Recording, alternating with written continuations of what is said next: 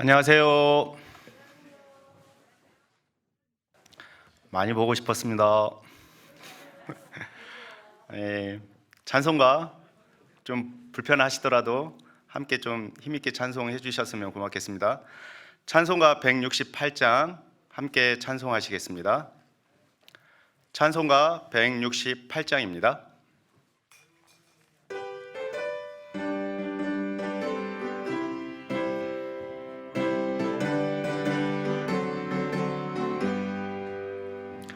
하나님의 나팔 소리 천지진동할 때에 예수 영광 중에 구름 타시고 천사들을 세계 만국 모든 곳에 보내어 구원 얻은 성도들을 모으리.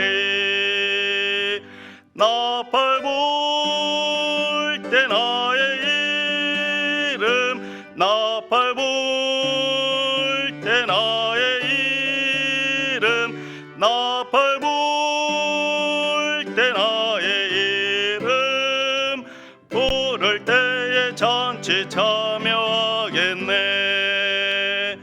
무덤 속에 잠자던 자 그때 다시 일어나 영화로운 부활 승리 얻으리. 주의 택한 모든 성도 구름 타고 올라가 공중에서 주의 얼굴 배우리. 나팔 불 때 나의 이름 나팔 불 때 나의 이름 나팔 불 때 나의 이름 부를 때에 잔치 참여하겠네. 주님 다시 오실 날을 우리 알 수 없으니 항상 기도하고 깨어 있어서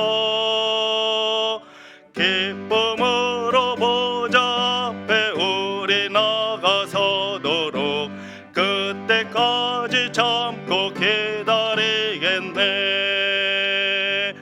나팔 불 때 나의 이름 나팔 불 때 나의 이름 나팔 불 때 나의 이름 부를 때에 잔치 참여하겠네.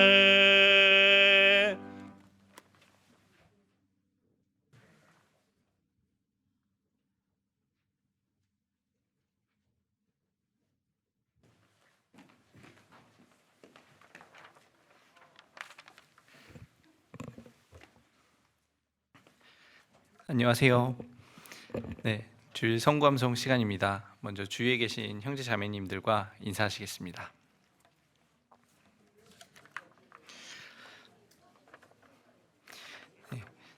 지난주에 소식지를 받으신 분들이 없어서 암송을 많이 못 외우셨을 텐데 소식지 참고하셔서 같이 암송해 주시면 감사하겠습니다.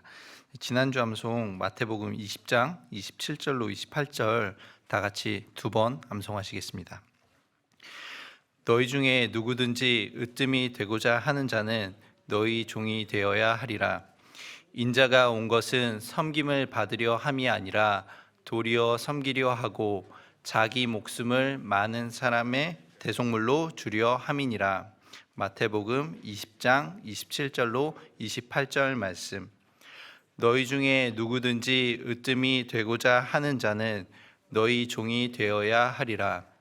인자가 온 것은 섬김을 받으려 함이 아니라 도리어 섬기려 하고 자기 목숨을 많은 사람의 대속물로 주려 함이니라. 마태복음 20장 27절로 28절 말씀. 이번 주 암송 로마서 6장 12절로 13절 말씀 다 같이 두 번 암송하시겠습니다. 그러므로 너희는 죄로 너희 죽을 몸에 왕노릇하지 못하게 하여 몸의 사욕을 순종치 말고 또한 너희 지체를 불의의 병기로 죄에게 드리지 말고 오직 너희 자신을 죽은 자 가운데서 다시 산 자 같이 하나님께 드리며 너희 지체를 의의 병기로 하나님께 드리라. 로마서 6장 12절로 13절 말씀.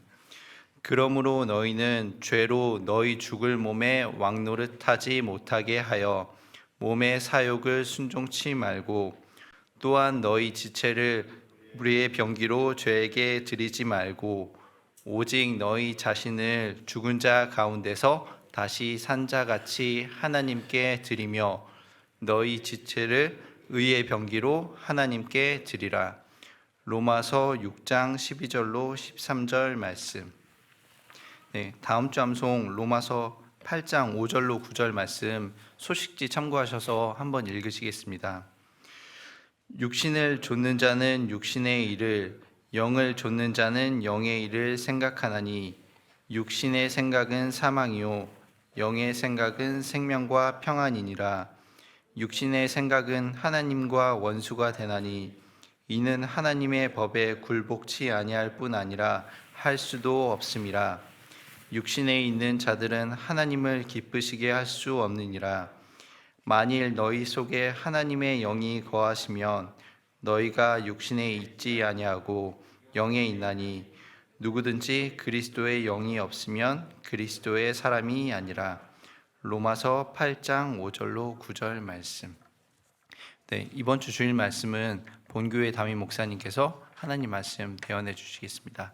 그럼 목사님 기도와 말씀 듣겠습니다.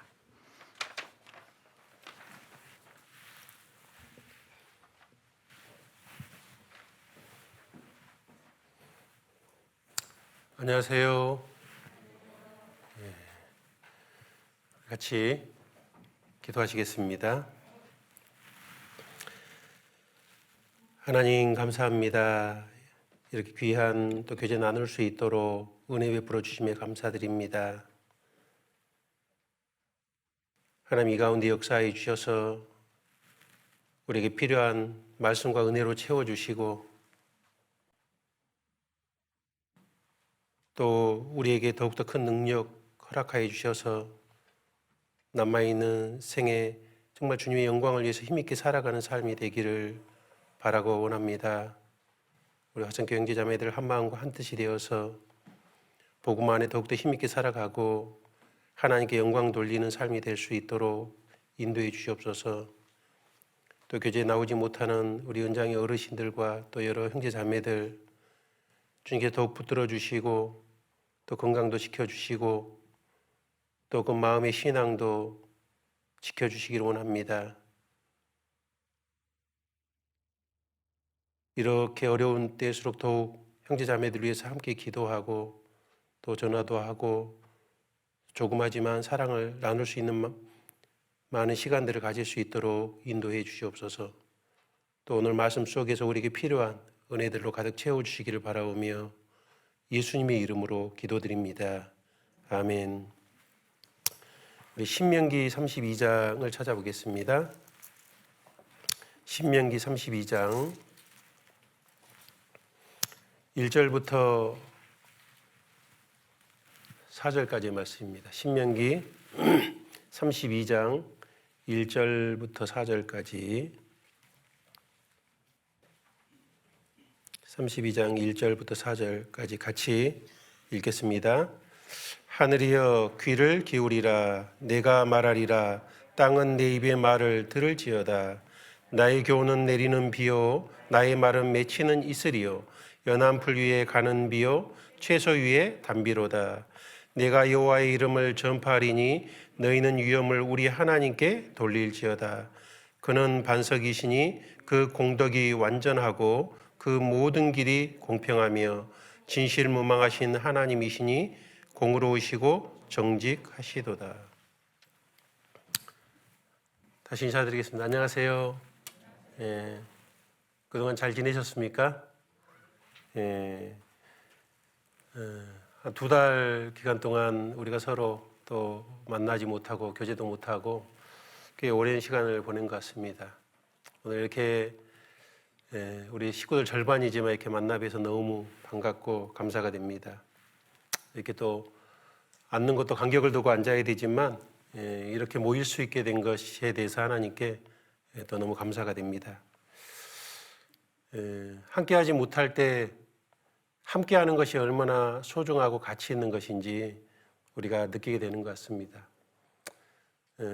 모일 때는 뭐 그게 당연하게 느껴지고 뭐 그것이 그렇게 귀하고 소중하게 느껴지지 않을 뿐만 아니라 뭐 이렇게 모임이 많냐 생각이 드는데 이 모이지 못하는 가운데 그것이 얼마나 귀하고 또 우리가 함께할 수 있다는 게 얼마나 아름다운 일인지 또 우리의 신앙이 얼마나 중요한 일인지를 느껴가는 것 같습니다. 오늘 이상욱 목사님 말씀하실 때 수요 말씀에 현재 우리가 코로나 시대를 통과하고 있고 앞으로 이제 포스트 코로나 시대가 올 거다 이렇게 말하고 있잖아요. 이제 코로나가 지난 시대는 전혀 다른 시대가 될 거라는 거죠. 그리고 그거에 대해서 많은 것들을 준비하고 대비해야 된다고 얘기합니다. 그래서 지금 대부분 언론들이 1930년대에 그 세계적인 어마어마한 공황이 있었는데 아마 그 이상의 공황이 올 거다 이렇게 예측을 하고 있습니다. 키신저도 세계적인 대공황이 올 거라고 그런 위기 상태에 있다고 말하고 있고 그 IMF의 수석 경제학자인 지타 고피나스 박사도 최악의 경기 침체가 올 거다. 그리고 그것을 그레이트 락다운, 대봉쇄 정책이 될 거다 이렇게 또 예견하고 있습니다.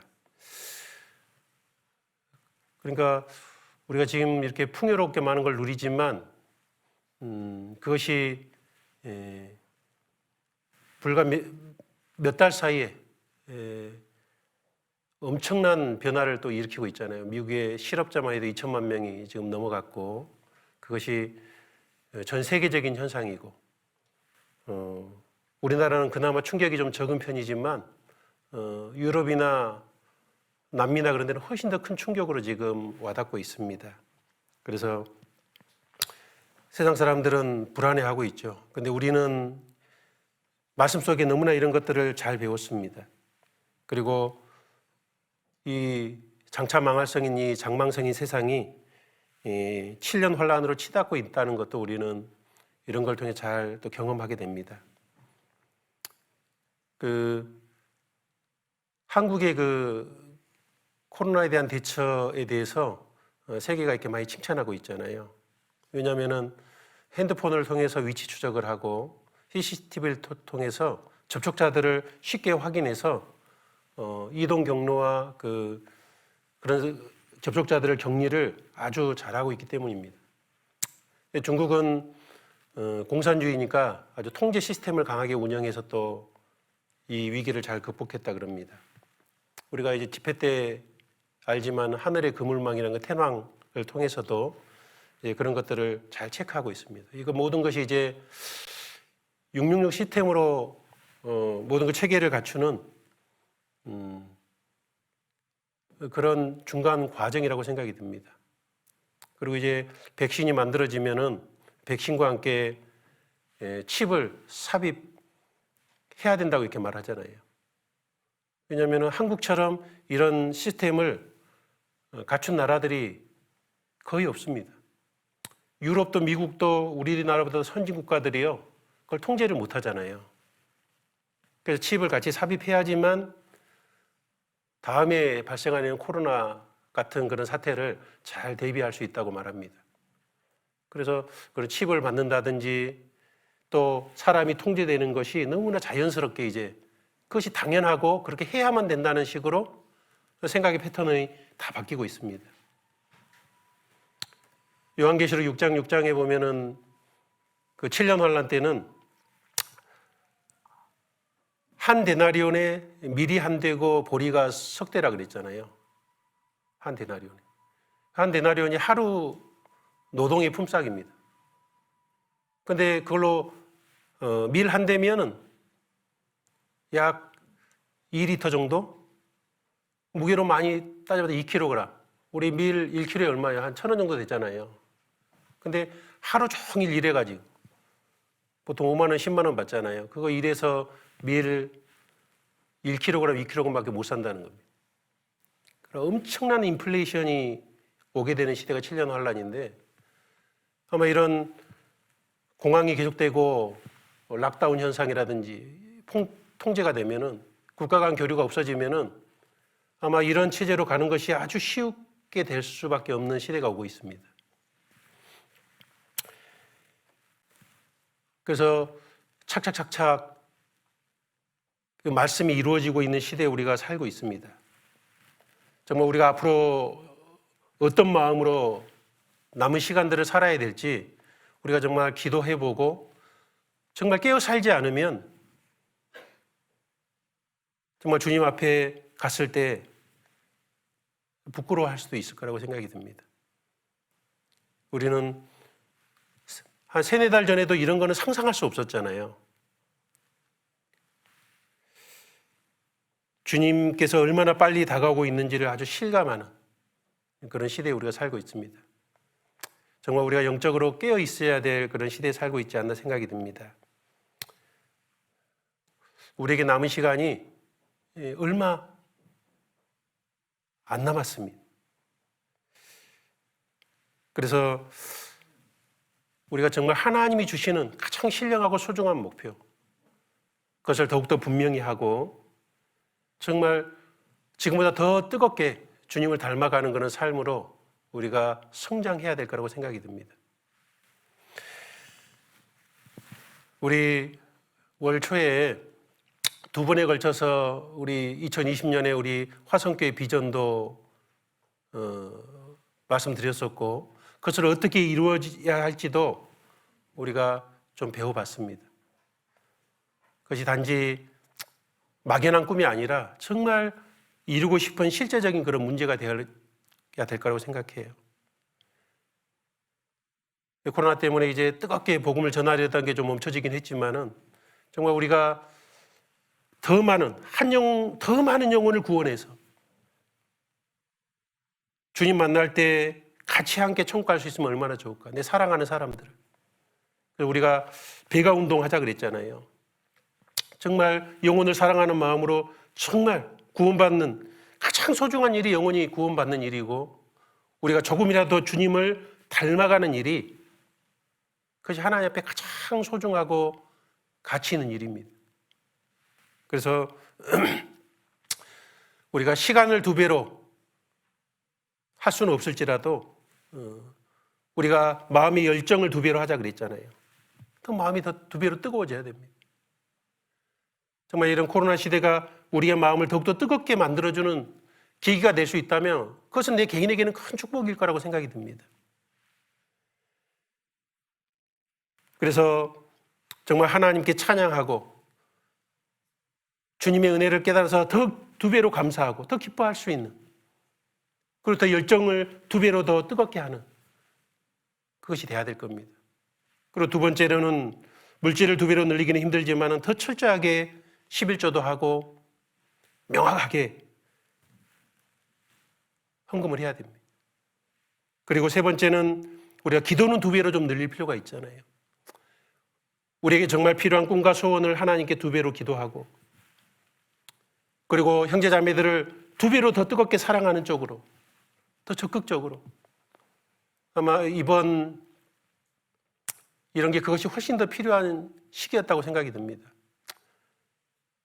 또 신앙적으로 좀 어린 형제자매들에게 더 전화도 많이 하고 평소에 못했던 기도도 더 많이 해주고 더 적극적으로 그런 챙기는 일들 또 많은 분들이 그런 것을 해주신 것에 대해서 너무나 또 감사가 됩니다. 그리고 5번째로 우리가 전도를 2배로 더 뜨겁게 하자 그랬잖아요. 그래서 열정을 2배로 하고 정말 하나님께 또 11조도 철저히 명확하게 하고 기도를 사랑을 그리고 전도를 2배로 하는 그런 2020년이 되면 참 좋겠다 생각이 듭니다. 그래서 하나님이 우리에게 주신 그 뜻을 우리가 이루어 나가야 되잖아요. 오늘 이 신명기 이 32장의 말씀은 성경 전체를 요약하는 성경이라고 할 수 있습니다. 여기 32장 1절에 보면 하늘이여 귀를 기울이라 내가 말하리라 땅은 내 입의 말을 들을지어다. 하늘이여 땅이여. 하나님께서 하늘과 땅을 이야기하실 때는 아주 중요한 말씀을 하고 계시는 겁니다. 2절처럼 나의 교훈은 내리는 비요 나의 말은 맺히는 이슬이요 연한 풀 위에 가는 비요 채소 위에 단비로다. 하나님의 교한 하나님의 말씀은 비처럼 이슬처럼 실제적인 도움이 됨을 표현하는 말씀입니다. 비와 이슬이 없다면 다 죽을 수밖에 없잖아요. 이 말씀은 이스라엘에게도 중요한 말씀이고 또 구원받은 우리에게도 너무도 중요한 말씀입니다. 이 신명기 32장의 말씀을 요약해 보면 이렇습니다. 하나님은 나의 반석이고 정말 진실하시고 공의로우시기 때문에 우리는 하나님께 영광을 돌려야 한다는 겁니다. 첫 번째는. 그리고 두 번째는 이 신명기의 전체 말씀이 하나님은 사랑이시라는 겁니다. 이 32장에는 하나님이 왜 이스라엘을 택하셨는지 그 택하신 사랑 그리고 그들을 택하신 것처럼 신실하게 인도해 가시는 인도하는 사랑 그리고 신실하게 그들을 훈련시키는 사랑 그리고 결국은 약속의 땅 가나안 땅으로 이끌어 주시는 그 사랑에 대해서 아주 잘 말씀해 주고 계십니다. 그래서 세 번째로는 그 하나님의 사랑에 대해서 우리는 어떻게 반응해야 될 것인가? 먼저는 그 하나님의 사랑을 깊이 깨달아 알아가야 됩니다. 그리고 그 하나님의 사랑을 받아서 우리도 뜨겁게 사랑하는 사람이 되어야 되는 거죠. 하나님을 사랑한다는 것은 말씀에 순종하는 겁니다. 하나님을 가까이 한다는 것은 말씀을 가까이 하는 겁니다. 그리고 내 마음을 하나님께 드리는 겁니다. 하나님을 가장 기쁘시게 하는 일은 사랑을 실천하는 겁니다. 그런데 놀랍게도 이 32장에는 40년 광야 생활 중에 이스라엘이 끊임없이 하나님을 배반하고 반역했던 내용을 또 말씀하고 있습니다. 그런데 신실하신 하나님은 그 배반하고 반역하는 하나님께 징계하시는 내용을 말씀하고 있죠. 그 징계도 하나님의 사랑이라는 겁니다. 하나님께서는 이스라엘을 사랑하시기 때문에 신실하게 징계했다고 말씀하고 있습니다. 왜 신실하게 징계했느냐? 하나님의 사랑은 우리의 불순종과 반역에도 불구하고 변하지 않습니다. 하나님은 사람이 아닙니다. 그래서 이제 결론적으로 이 하나님을 사랑하고 말씀에 순종하는 길이 결국은 보물을 하늘에 쌓는 길이라는 겁니다.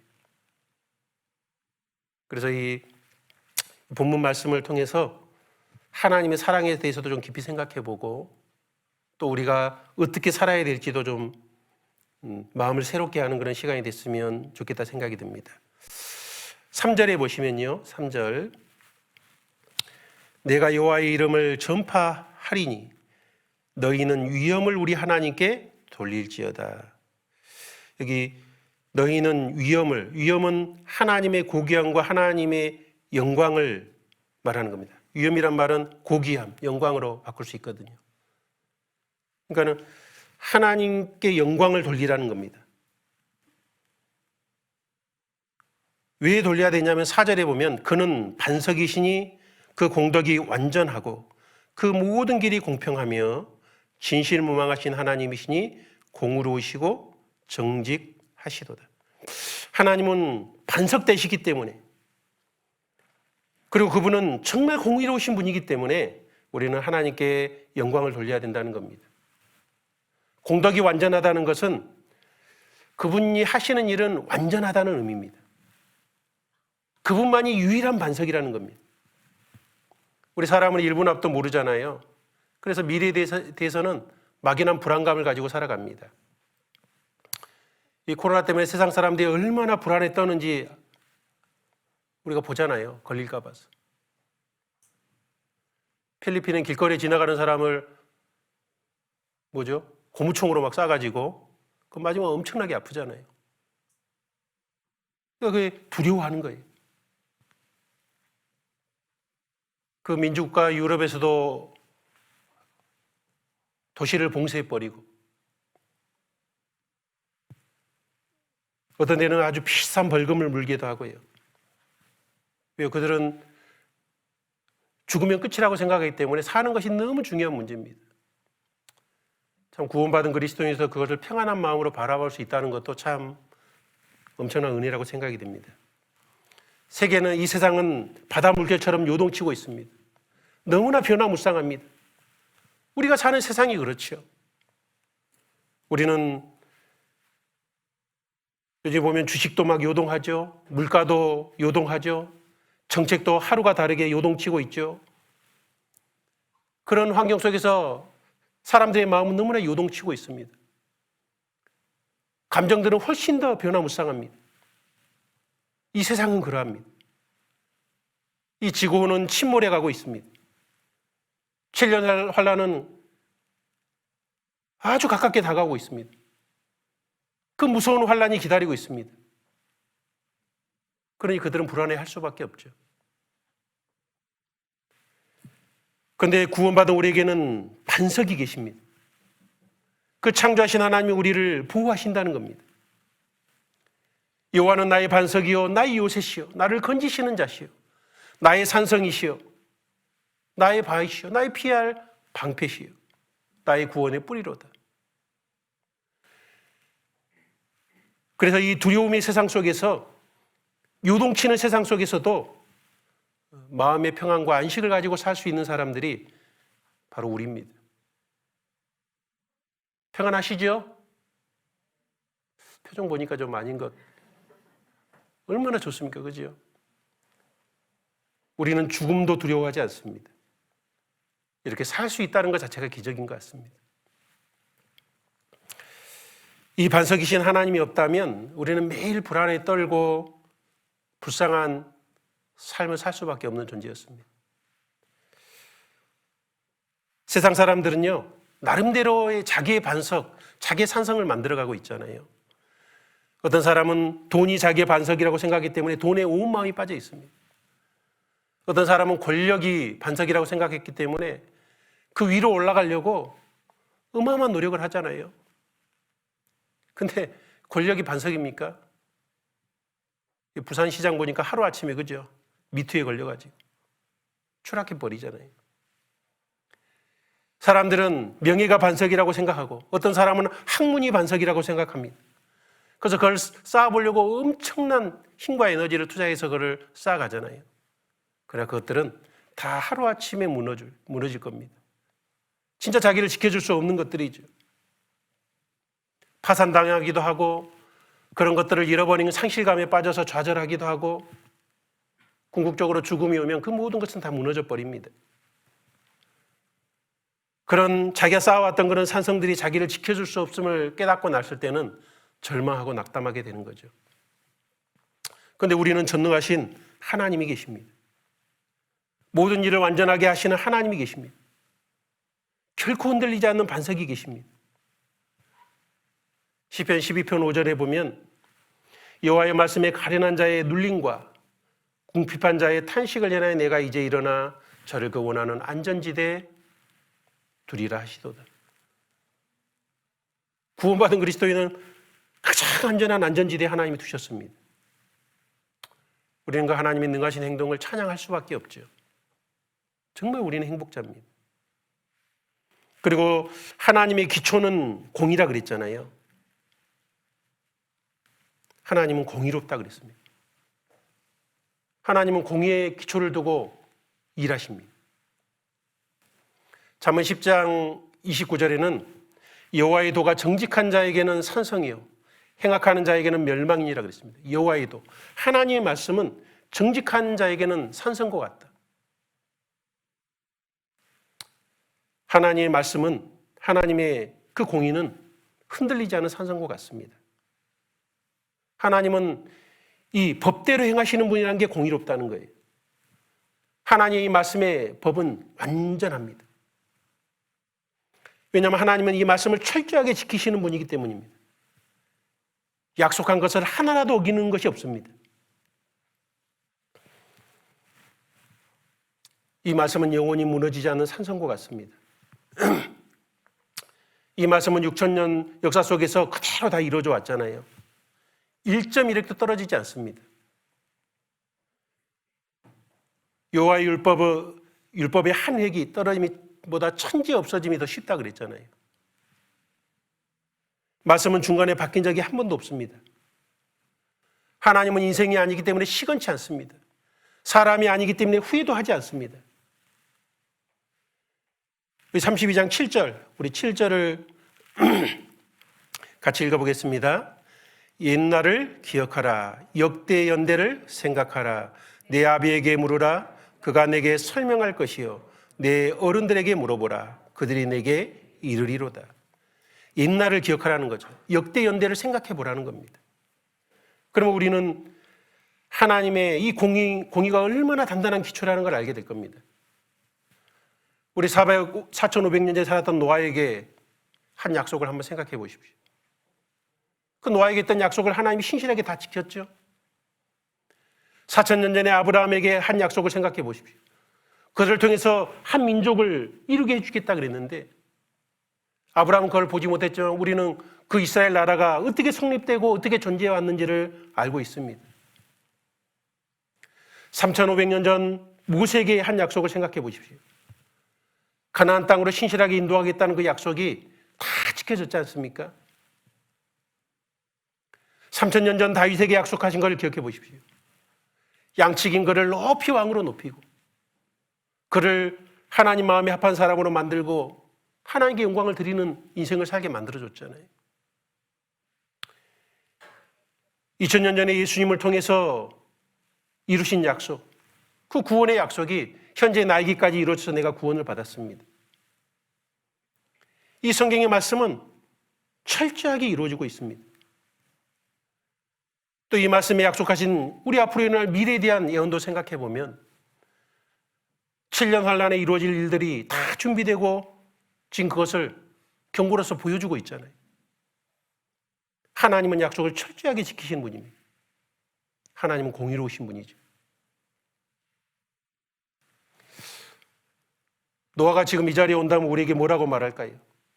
아마 아브라함은 우리 시대에 온다면 놀라게 될 거예요. 그에게 약속하신 말씀이 얼마나 철저하게 이루어진지를 보면서 하나님을 찬양할 수밖에 없을 겁니다. 우리는 그 역대 선진들이 보는 모든 것을 볼 수 있는 시대에 살고 있습니다. 이 성경의 말씀이 얼마나 확실하고 견고한지, 하나님의 공의가 얼마나 단단한 기초 위에 세워져 있는지, 이 말씀대로 모든 것이 이루어지는 것을 우리는 보고 살아가고 있습니다. 살아계신 하나님, 역사하는 하나님, 우리 찬양 가운데 거하시는 하나님, 그죠? 살아계시고 역사하고 계십니다. 하나님이 살아계시고 역사하신다는 건 뭐죠? 우리를 정말 붙드신다는 겁니다. 우리를 눈동자처럼 지키고 계시는 거죠. 하나님 우리를 보호하시고 지키고 있습니다. 하나님은 너를 지키시는 자, 너의 우편에 그늘 되시니 낮에 해와 밤의 달도 너를 해치 못하리. 그죠? 하나님 우리를 견고하게 지키고 있습니다. 이 말씀에 약속하신 것을 가지고 우리를 보호하고 계십니다. 그래서 말씀대로 살아가는 사람들은 그 말씀 안에서 평안을 누리며 살 수 있습니다. 우리는 두려움 없이 지낼 수 있습니다. 그러나 말씀을 거역하고 하나님을 의지하지 않는 사람은 불안과 두려움과 공포 속에 살 수밖에 없습니다. 하나님이 우리를 얼마나 사랑하는지 네 가지 측면에서 이 32장을 말씀하고 있습니다. 첫 번째는 하나님 우리를 택하셨다는 거죠. 8절에 보시면 지극히 높으신 자가 열국의 기업을 주실 때, 인종을 분정하실 때, 인종을 나누실 때 이스라엘 자손의 수요대로 민족들의 경계를 정하셨도다. 여호와의 분깃은 자기 백성, 이스라엘 백성이라는 거죠. 야곱은 그 택하신 기업이로다. 특별히 하나님은 이스라엘 백성을 하나님의 백성으로서 택했습니다. 자, 이스라엘 백성을 택한 것뿐만 아니라 하나님을 우리를 구원하셨습니다. 우리를 택하셔서 구원하신 겁니다. 이건 하나님의 놀라운 사랑입니다. 그리고 10절에 보면 여호와께서 그를 황무지에서 짐승의 부르짖는 광야에서 만나시고 그들을 택하셔서 이제 그들을 만나 주신다는 거죠. 만나서 왜 만나 주신 거냐면 호위하시며 보호하시며 자기 눈동자같이 지키셨도다. 하나님 만나셔서 인도하시고 보호하신다는 겁니다. 인도하시고 붙잡고 보호하시는 것뿐만이 아닙니다. 하나님 우리를 아주 철저하게 훈련시키시는 겁니다. 그래서 11절에 보면 마치 독수리가 그 보금자리를 어지럽게 하며 그 새끼 위에 너풀거리며 그 날개를 펴서 새끼를 받으며 그 날개 위에 그것을 엎는 것 같이 여호와께서 홀로 그들을 인도하셨고 함께한 다른 신이 없었도다. 하나님은 신실하게 훈련시킨다는 겁니다. 사랑하기 때문에 그렇게 하는 겁니다. 그리고 32장 29절에 보시면 33장 29절입니다. 33장 29절에 보시면 이스라엘이여 너는 행복자로다. 여호와의 구원을 너같이 얻은 백성이 누구뇨? 그는 너를 돕는 방패시요 너의 영광의 칼이시로다. 네 대적이 내게 복종하리니 네가 그들의 높은 곳을 밟으리로다. 이스라엘은 너는 행복자로다. 왜요? 하나님은 이스라엘 앞에 모든 걸 백성을 굴복시키고 또 결국 가나안 땅을 얻게 하셨잖아요. 이기게 하시고 약속의 땅을 차지하게 만들어 주셨습니다. 하나님은 약속한 복을 반드시 주시는 분이라는 겁니다. 이 네 가지 측면에서 하나님 우리를 어떻게 사랑하시는지를 보여주고 있습니다. 첫 번째는 택하신 사랑에 대해서 좀 생각해 보겠습니다. 너희는 여호와의 분기시고 하나님의 백성이고 하나님의 택하신 기업이다 그랬습니다. 하나님이 이스라엘 백성을 선택하시는 것은 잘나서 그런 것이 아니고 사랑해서 그런 거죠. 사랑해서. 그리고 이 신명기의 내용 중에 계속 하나님께서 이스라엘을 사랑하신다 말씀하고 있습니다. 신명기 4장 37절에는요. 여호와께서 내 열조를 사랑하신 고로 그 후손 너희를 택하시고 하나님 우리를 십자가로 구원하신 이유도 우리를 사랑해서 그런 겁니다. 신명기 7장 8절에는 여호와께서 다만 너희를 사랑하심을 인하여 23장 5절에도 네 하나님 여호와께서 너를 사랑하심으로 그러니까 그를 건지신 것도 사랑, 인도하시는 것도 사랑, 또 뒤에 징계하시는 것도 사랑, 불쌍히 여기는 것도 다 사랑의 바탕을 둔 겁니다.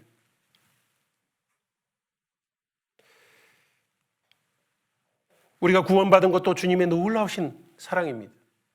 뭐 내가 다른 사람보다 잘나고 탁월하고 뛰어나서 구원받은 게 아니잖아요. 내가 어쩌다가 하나님께 찍혀가지고 그죠? 구원받았잖아요. 우리는 엄청난 하나님의 사랑 속에 살게 됐습니다. 우리는 이렇게밖에 말할 수 없어요. 여호와의 사람이 무엇이간데 주께서 저를 알아주시며 인생이 무엇이간데 주께서 저를 생각하시나이까. 사람은 헛것 같고 그의 날은 지나가는 그림자 같으니라. 내가 내 인생 봐도요 가치가 없고 쓸모없어 보이는데 하나님이 대체 내가 누구인데 나를 구원해 주시는 겁니까? 우리가 잘나서가 아니고요 우리를 사랑하셨기 때문에 그런 겁니다. 우리가 아직 죄인 되었을 때 그리스도께서 우리를 위하여 죽으심으로 우리에 대한 하나님의 사랑을 확증하셨다 그랬잖아요. 우리가 죄인일 때 하나님 우리를 사랑하심으로 우리가 구원받게 된 겁니다.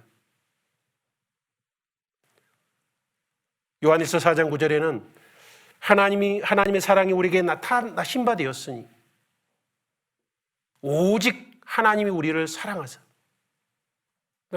오직 사랑해서 그 십자가의 사랑으로 우리를 구원해 주셨습니다. 그 사랑이 얼마나 크고 놀라우신지 모릅니다. 내가 잘난 거 하나도 없어요. 그냥 사랑해서 구원해 주신 겁니다.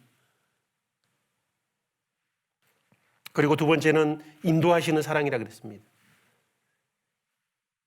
다시 10절에 보시면 여호와께서 그를 황무지에서 짐승의 부르짖는 광야에서 만나시고 호위하시며 보호하시며 자기 눈동자같이 지키셨도다.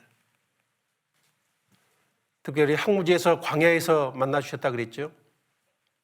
여기서 황무지에는 애굽을 가리킵니다. 광야는 40년의 그 광야 생활을 가리키고 있습니다. 이 황무지와 광야는 모두 비유죠. 이스라엘이 처해 있는 아주 절박하고 곰핍한 그 상황을 묘사하고 있습니다. 애굽에서 그들은 노예로 지냈죠. 광야에서 그들은 그 척박한 땅을 헤매고 방황했습니다. 애굽은 황무지입니다. 왜 황무지냐면 하나님의 은혜가 없는 곳이기 때문에 그렇죠. 하나님께서 그들을 애굽에서 불러내신 이유는 그들과 함께 하시고 그들에게 은혜를 내리고 싶어서 했습니다. 그처럼 우리도 이 황무지 같은 이 세상에 살고 있습니다. 광야 같은 이 삭막한 세상에 살고 있는 거죠. 그러나 거기서 끝나는 것이 아니고 우리를 만나 주신다는 겁니다. 이스라엘을 만나 주신 것처럼 하나님은 우리를 만나 주시는 겁니다. 우리가 정말 공고해서 정말 하나님께 외칠 때 정말 꼭 필요한 그 타이밍에 우리를 만나 주셨습니다. 만나 주신 이유는 우리에게 필요를 채우기 위하시는 거예요. 우리의 갈증을 채워주시고 우리의 부르짖음과 아픔을 채워주시려고. 그리고 눈동자처럼 지켰다 그랬잖아요. 몸 중에 가장 연약한 것이 눈동자잖아요. 그래서 이건 부드럽고 섬세하게 보호하지 않으면 안 됩니다. 그래서 눈썹도 있고 계속 눈을 깜빡깜빡 거리잖아요. 이물질이 들어오지 못하도록. 그런 것처럼 우리를 아주 철저하게 보호하고 지켜주신다는 의미를 가지고 있습니다. 이 척박한 세상 속에서 하나님은 우리에게 은혜와 사랑을 주시고 돌보아 주신다는 겁니다. 그 주님의 돌보심이 없다면 우리는 두려움과 공포 속에 살 수밖에 없을 겁니다. 끔찍한 삶을 살 수밖에 없을 겁니다. 그런데 여기서 만나시고 보호하시고 이런 것은 정말 우리가 하나님께 외쳐야 됩니다. 하나님께 요구할 때 하나님이 만나주신 거잖아요. 우리가 하나님께 더 간절히 외치는 것이 필요합니다. 내가 정말 얼마나 하나님의 도움을 요구하고 있을까? 하나님 요구하고만 하면 우리의 마음과 생각도 지켜주시고 우리의 영혼도 지켜주시고 우리의 생활도 지켜주십니다. 그런데 내가 얼마나 하나님을 간절히 요구하고 살아가고 있나? 어떤 분은 보면 너무 사람을 의지합니다. 어려움이 생기면 바로 내가 아는 사람에게 연락합니다. 어떤 사람은 다른 것들을 너무 의지해요. 우리는 먼저 위기가 생기면 내가 어떻게 행동하나를 봐야 되잖아요. 어떤 고민과 문제가 생기면은 나는 어떻게 행동하고 있을까? 내가 힘들고 어려울 때 내가 더 말씀을 읽는 사람인지, 무릎을 꿇고 정말 하나님께 이 문제를 가지고 기도하는 사람인지, 아니면 그건 안 하고 금방 사람에게 쫓아가는 사람인지, 무엇을 해결하려고 인터넷을 뒤지고 있는지, 내 삶의 태도를 봐야 될 겁니다. 우리는 하나님을 가장 먼저 찾아야 됩니다. 하나님을 찾으면 하나님은 가르쳐 주셔요. 우리 여기 붙잡고요. 시편 32편을 찾아보겠습니다. 시편 32편.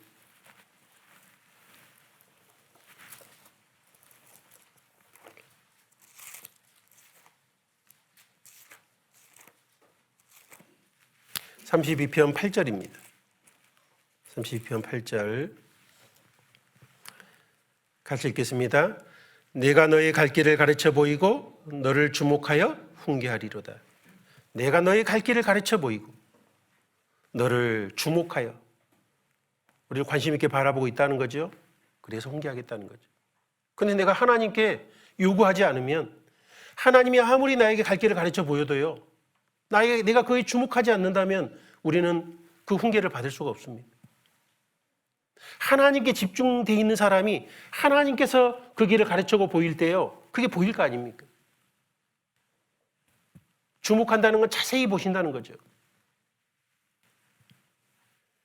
시편 48편도 보시겠습니다. 48편 14절입니다. 48편 14절 같이 읽겠습니다. 이 하나님은 영영이 우리 하나님이시니 우리를 죽을 때까지 인도하시리로다. 이 하나님은 영영이 영원토록 나의 하나님이시죠. 나를 죽을 때까지 인도해 주십니다. 그런데 주님이 내 인생을 길을 인도해 주시는 것을 느끼고 살아가세요? 정말 하나님께 마음을 두는 사람은 그것을 느끼게 될 겁니다. 정말 하나님이 내 인생을 지금 이렇게 이끌어 가시고 계시는구나. 나를 한 번도 떠나지 않고 지키시는구나. 그런데 하나님께 먼저 물어보고 창념치 않는다면 이런 것을 경험치 못하게 될 거예요. 참 안타까운 일이죠. 우리는 많은 생각이 어그러져 있습니다. 내 생각이 꼬여 있는 거예요. 하나님께서 내 생각을 고쳐달라고 하나님께 매달려야 됩니다. 그러면 나를 변화시키고 성숙시키는 그 하나님의 손길을, 인도하시는 손길을 체험하게 되는 겁니다. 세 번째는 훈련하시는 사랑입니다. 이 40년 이스라엘 백성의 광야는 훈련의 광야였습니다. 그들은 계속해서 하나님이 처음에 인도하시는 것처럼 처음에 느꼈었죠. 며칠 길 가니까요, 하나님이 인도하시는 걸 잊어버렸습니다. 마라에 가니까 쓴물이 나왔습니다. 하나님이 마치 인도하지 않는 것처럼 그들은 하나님께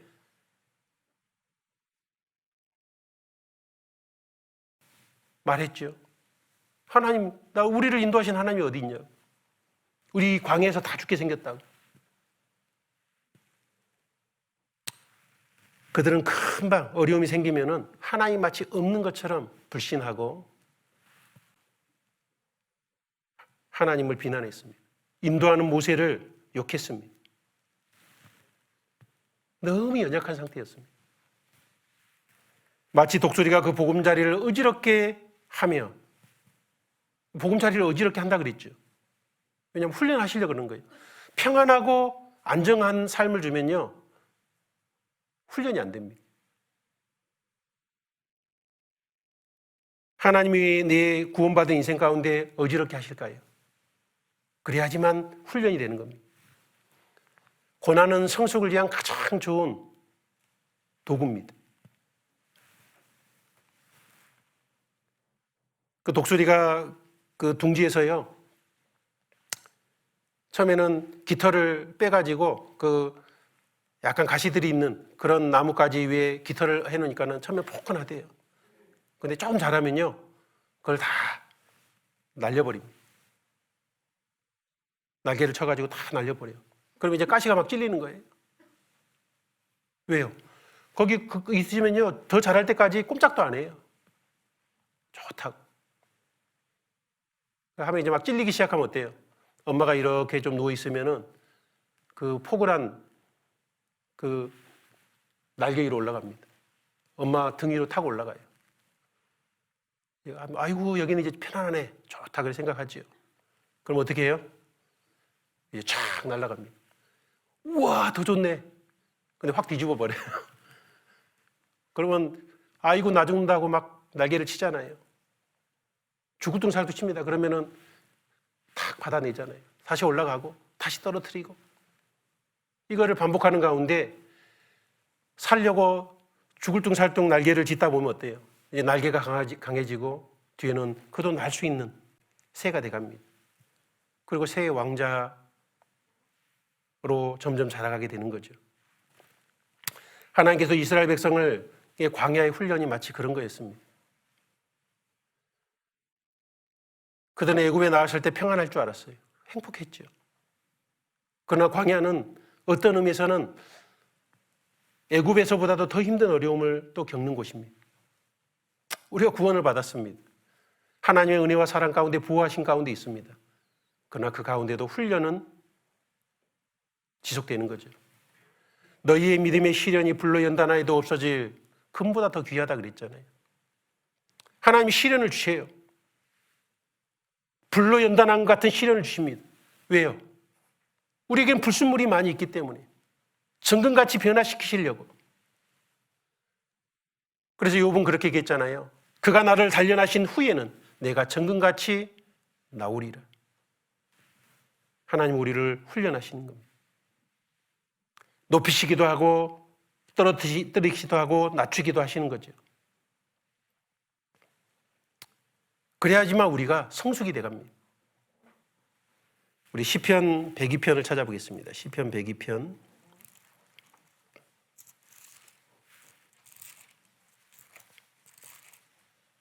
102편 9절입니다.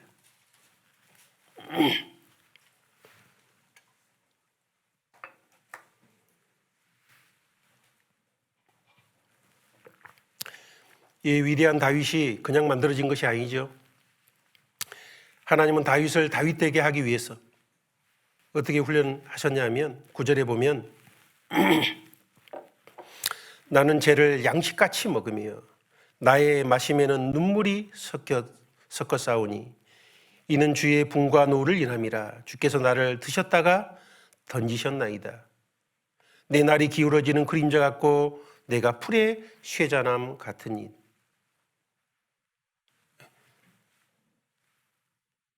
죄를 양식같이 먹는데 마시는데 거기에 눈물이 섞여 있대요. 마치 주님이 내게 분노를 일으키는 것처럼 느껴지는 겁니다. 높이는 것 같았는데 던져버리시는 거예요. 이제 다윗의 체험이잖아요. 근데 다윗을 미워하셨습니까? 하나님 다윗을 너무 신실하게 사랑했잖아요. 근데 다윗이 느낄 때는 어때요? 던져버리는 것처럼 느껴지는 겁니다.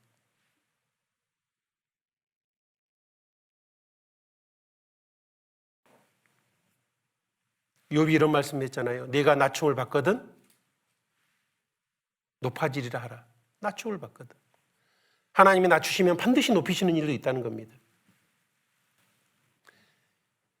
야곱도 엄마의 사랑을 받았죠.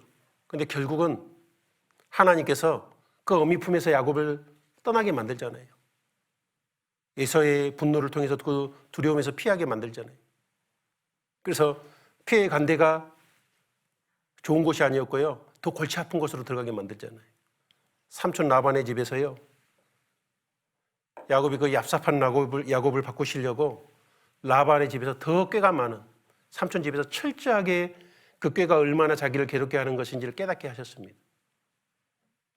이런 고난을 통하지 않고는 야곱이 이스라엘로 바뀔 수는 없는 거죠. 우리는 처음부터 꽤 괜찮아요? 아니잖아요. 우리도 불과 같은 시련 속에서 단련받아야 될 필요가 있습니다. 은혜에서 찢기를 제하라 그랬습니다. 그러면 장색에 쓸만한 그릇이 된다 그랬는데 우리의 삶에 찢기가 제해지지 않으면 우리는 주님 앞에 가치 있게 쓰임 받기가 어렵습니다. 그래서 불과 같은 훈련을 하시는 겁니다. 모세를 광야로 내몰았죠. 40세까지의 모세는요, 궁중에서 평안하게 있었던 모세입니다. 그가 많은 학문을 배웠지만은 그는 아직 성품적으로는 너무 단련되지 않은 사람이었습니다. 그가 하나님에 대한 꿈을 가지고 있으니까 하나님이 정말 그를 귀하게 쓰시고 싶어서 이제는 훈련을 받아야 되는 거예요, 먼저. 그는 자기가 훈련 잘 받은 줄 알았어요. 40세 때 모세가요, 자기를 들어 이스라엘 민족을 구원할 자로 하나님이 자기를 택했다고 알고 있었습니다. 그래서 쓰임 받을 줄 알았어요. 꿈은 너무 멋졌죠. 하나님은 먼저 광야로 내몰았어요. 왜요? 그가 훈련되지 않고 성숙되지 않으면 이스라엘 민족을 이끌 수가 없습니다. 아마 그는 알게 됐을 거예요. 이스라엘을 지도자로 이끌어 보니까 하나님이 왜 40년 광야에 훈련을 시켰는지 그때는 잘 알았을 겁니다. 아마 40세 이스라엘을 이끌었다면 어떻게 됐겠어요? 광야에서 죄짓고 자기를 비난하고 욕하는 이스라엘 백성들 보고 그들을 위해서 무릎 꿇고 기도했을까요? 하나님이 다 죽인다고 했을 때 하나님 잘 선택하셨습니다. 아주 지당하신 말씀입니다. 그랬을 거예요. 자기를 욕하고 죽이려고 하는 그 백성들을 하나님께서 쓸어버리시기도 했을 때 무릎을 꿇고 하나님 그러시면 안 됩니다.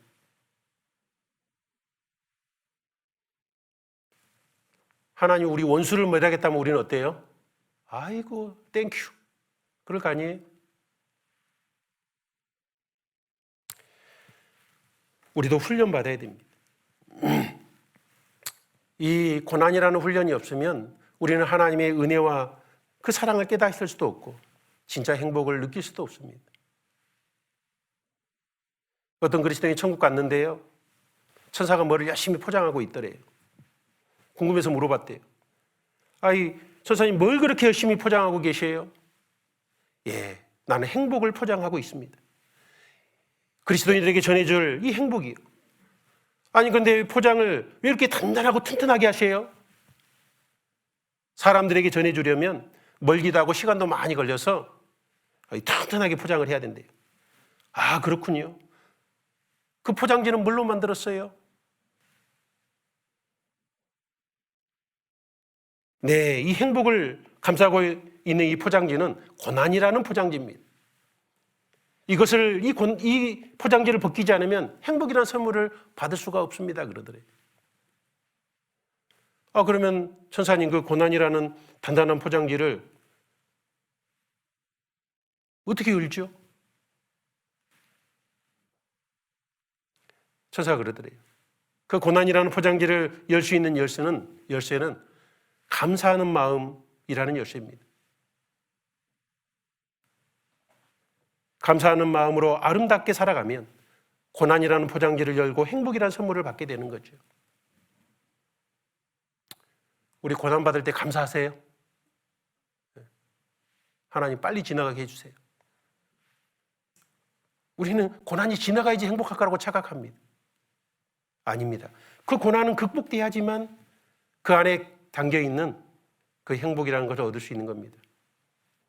여러분 행복이라는 그 귀한 선물, 고난이란 튼튼한 자물쇠로 잠겨 있습니다. 그 자물쇠를 여는 열쇠가 감사하는 마음입니다. 그것이 행복을 얻게 하는 겁니다. 그래서 축복의 또 다른 이름은 바로 고난입니다. 우리는 고난이 축복이라는 것을 잘 모릅니다. 그러나 실제로는 고난은 축복의 다른 이름인 겁니다. 화려하지 않아도 정결하게 사는 삶, 가진 것이 적어도 감사하며 사는 삶, 내게 주신 작은 힘 나눠주며 사는 삶, 이것이 나의 삶의 행복이라오. 그죠? 정말 가진 것이 적어도 정말 감사할 수 있다면, 이 작은 것도 주님의 은혜로 알고 나눠줄 수 있다면 그 속에서 하나님의 은혜와 행복을 분명히 깨닫게 됩니다. 눈물 날 일 많지만 기도할 수 있고, 억울한 일 많지만 주를 위해서 참을 수 있고, 비록 내가 짧은 삶을 사지만 주 뜻대로 살아갈 때 그 안에서 하나님이 주신 신령한 기쁨과 은혜의 행복을 누릴 수 있는 겁니다.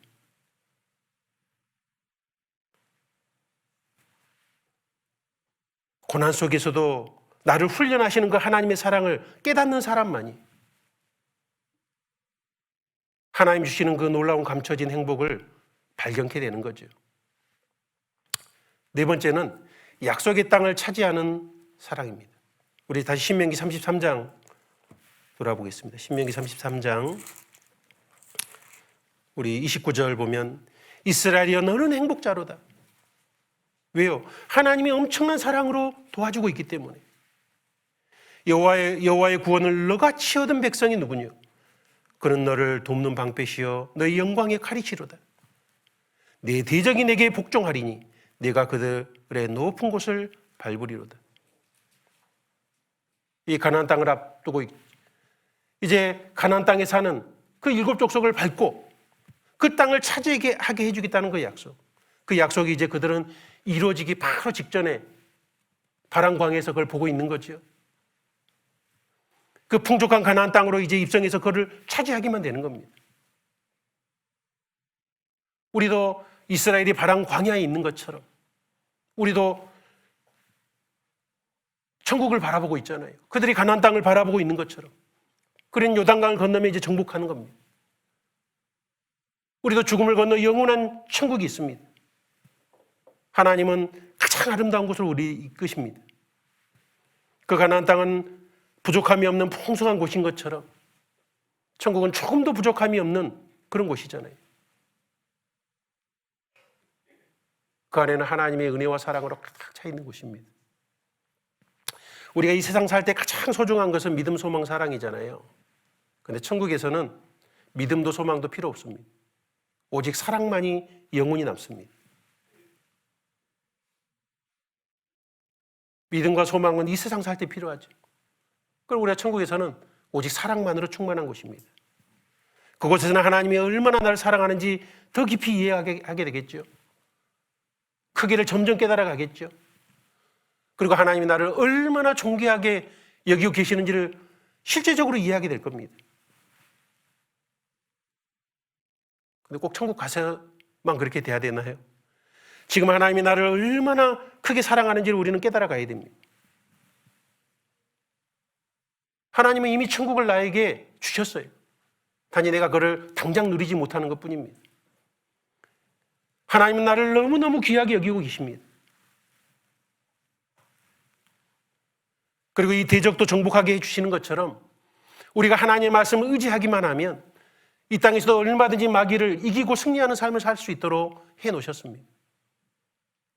우리는 정말 행복자예요. 우리는 정복하는 삶을 살아야 돼요. 그런데 죄 가운데 자꾸 빠지면 정복하는 삶이 아니잖아요. 마귀에게 속고 눌리는 삶. 그러다 보면 받지 않아도 돼야 될 괴로움을 느낄 수도 있습니다. 마귀에게 속으면요, 고통이에요.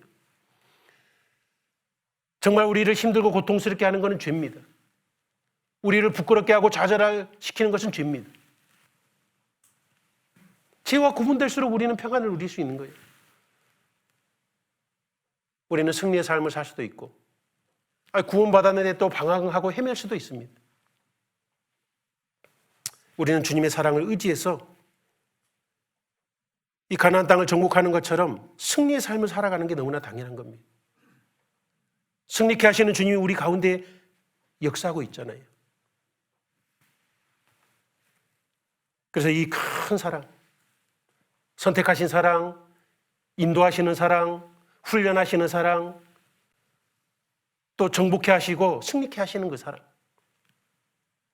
그 사랑의 하나님이 나와 함께하고 계십니다. 이 하나님을 우리가 점점 알아갈수록요, 이제 세 번째로 우리가 해야 될 일이 뭡니까? 그 하나님의 사랑에 대해서 내가 해야 될 반응이 뭐죠? 우리도 하나님을 먼저는 지극히 사랑해야 됩니다. 우리 신명기 6장을 보겠습니다. 신명기. 하나님이 어떻게 사랑하는지를 이스라엘에게 보여주고 이제 하나님도 우리에게 이렇게 말씀하시는 겁니다. 6장 5절에 보면 내가 너희를 이렇게 크게 놀랍게 사랑하고 있으니 5절 너는 마음을 다하고 성품을 다하고 힘을 다하여 네 하나님 여호와를 사랑하라. 하나님이 우리를 이렇게 사랑하고 있습니다. 그걸 보여주셨습니다. 그러하니 그 사랑을 받은 자로서 우리도 이렇게 하나님을 사랑하기를 바라시는 겁니다. 10장 12절을 보십니다. 10장 신명기 10장 12절에 보면 이스라엘아 내 하나님 여호와께서 내게 요구하시는 것이 무엇이냐? 곧 내 하나님 여호와를 경외하여 그 모든 도를 행하고 그를 사랑하며 마음을 다하고 성품을 다하여 네 하나님 여호와를 섬기고, 정말 하나님을 그를 사랑하기 때문에 우리는 마음과 성품과 뜻을 다하여 하나님을 섬길 수 있는 거죠. 하나님 말씀대로 행할 수도 있는 거죠. 하나님을 경외할 수도 있는 겁니다. 하나님이 내게 요구하는 게 뭡니까? 내가 너를 이렇게 큰 사랑으로 사랑해 줬으니 너도 나를 그렇게 사랑해라. 11장 1절도 보시면은 그런즉 네 하나님 여호와를 사랑하여 그 직임과 법도와 규례와 명령을 항상 지키라. 사랑하기 때문에 말씀도 지킬 것이 아니냐. 13절에도 보시면요, 내가 오늘날 너희에게 명하는 나의 명령을 너희가 만일 청종하고 너희 하나님 여호와를 사랑하여 마음을 다하고 성품을 다하여 섬기며, 하나님 말씀을 듣고 정말 사랑한다면 여호와께서 너희 땅에 이른 비 늦은 비를 적당한 때에 내리시리니, 너가 정말 그런 사랑하는 마음을 가지고 살아가면 하나님께 적절하게 은혜의 비를 내려주겠다고 말씀하고 있죠. 22절에도 보시면 너희가 만일 내가 너희에게 명하는 이 모든 명령을 잘 지켜 행하여 너희 하나님 여호와를 사랑하고 그 모든 도를 행하여 그에게 부종하면, 사랑함으로 이 말씀대로 행하고 말씀대로 따라가면 여호와께서 그 모든 나라 백성을 너희 앞에서 다 쫓아내실 것이라. 너희가 너희보다 강대한 나라를 얻을 것이다. 그렇죠? 내가 하나님을 사랑하는 삶을 살아가기만 한다면 하나님은 나에게 온갖 은혜와 축복들을 풍성하게 내려주시겠다는 겁니다. 그래서 우리는 하나님을 먼저 사랑해야 됩니다. 그 사랑을 아는 사람으로서. 또 형제 자매들끼리는 뜨겁게 사랑해야 됩니다. 서로 사랑하라 그랬잖아요. 서로 사랑은 먼저 사랑입니다. 뜨겁게 내가 먼저 형제 자매들을 사랑해야 됩니다. 너희 영혼이 깨끗하게 하여 거짓 없이 형제를 사랑하게 이르렀으니 마음으로 뜨겁게 피차 사랑하라. 먼저 사랑해야 됩니다. 하나님을 사랑한다는 증거가 뭡니까? 내 마음을 하나님께 주고 형제 자매들에게 뜨겁게 사랑하는 겁니다. 우리는 어려움이 생기면 먼저 말씀으로 달려가야죠. 어떤 궁금증과 의문이 생기면 하나님께 무릎을 꿇어야죠. 그 하나님을 사랑한다면 하나님과 먼저 교제하려고 해야 될 겁니다. 이 신명기의 핵심 열쇠는 사랑입니다. 이 사랑을 잃어버리면 다 잃게 되는 거예요. 그러니까 하나님을 사랑하고 가까이 하는 게 말씀을 사랑하고 가까이 하는 겁니다. 사랑이 가장 귀하죠. 사랑이 가장 소중하고 중요합니다. 하나님은 모든 것의 바탕이 사랑이기를 원하십니다. 우리 지식과 지혜의 기초도 사랑해야 됩니다. 우리 형제 자매들을 권면할 때도 그 기초가 사랑에 기초한 거여야 됩니다. 사랑이 기초되지 않은 것은 문제가 되게 돼 있습니다. 예수님의 사랑이 우리를 살린 것처럼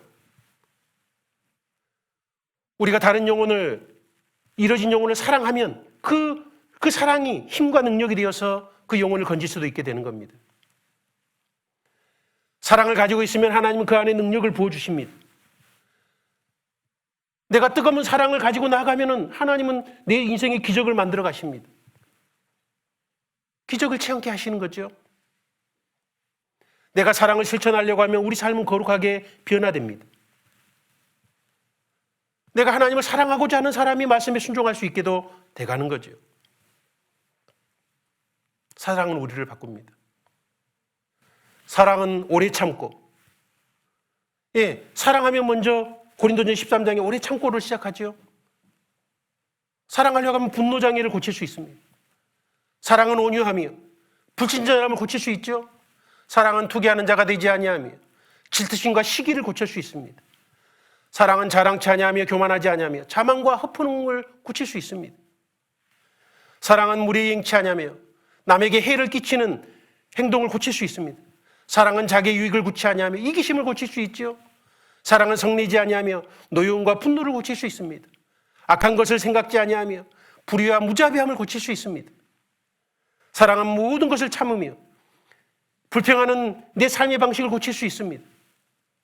모든 것을 믿으며 불신을 고칠 수 있죠. 모든 것을 바라며 절망과 불안과 염려를, 낙담을 고칠 수 있습니다. 사랑은 하나님께 소망을 두게 만듭니다. 베드로전서 2장 3절에 너희가 주의 인자하심을 맛보았으면 그리하라. 그 인자가 사랑이잖아요. 너희가 하나님의 사랑을 맛보았으면 우리도 사랑할 수 있는 겁니다. 사랑은 추상적인 것이 아니죠. 우리도 십자가의 사랑을 맛보았습니다. 나 같은 원수를 사랑하신 그 사랑을 받았습니다. 우리는 얼마든지 감사하고 감동할 수 있습니다. 모세가 제일 마지막에 쓴 성경이 신명기입니다. 그는 40년 훈련받고 40년의 이스라엘 백성을 이끌면서 하나님이 얼마나 자기를 사랑하는지도 깨달았습니다. 또 이스라엘 백성을 이끌면서 하나님이 얼마나 그들을 능력과 사랑으로 돌보는지도 더 많이 느꼈죠. 그럼에도 놀랍게 이스라엘 백성은 불신과 배반과 거역과 염려와 비난으로 일관했던 걸 봅니다. 그래도 하나님이 그들을 보듬어 가는 것을 모세는 깨달았죠. 사도 요한도 하나님의 사랑을 맛보았습니다. 그래서 그는 하나님은 사랑이시다는 정의를 했습니다. 그 말씀에 그는 탁 붙잡혀 있었습니다. 그래서 사도 요한은 그것 때문에 감사하고 기쁨과 찬양이 넘치는 모습이었죠. 그 기쁨과 감사를 요한 1, 2, 3서를 통해서 보여줬습니다. 바울도 하나님의 사랑에 붙잡혀 있었습니다. 그래서 3차 전도 여행을 아주 힘있게 할 수 있었잖아요. 그리고 그런 이런 선언을 하잖아요. 그리스도의 사랑이 우리를 강권하시는도다.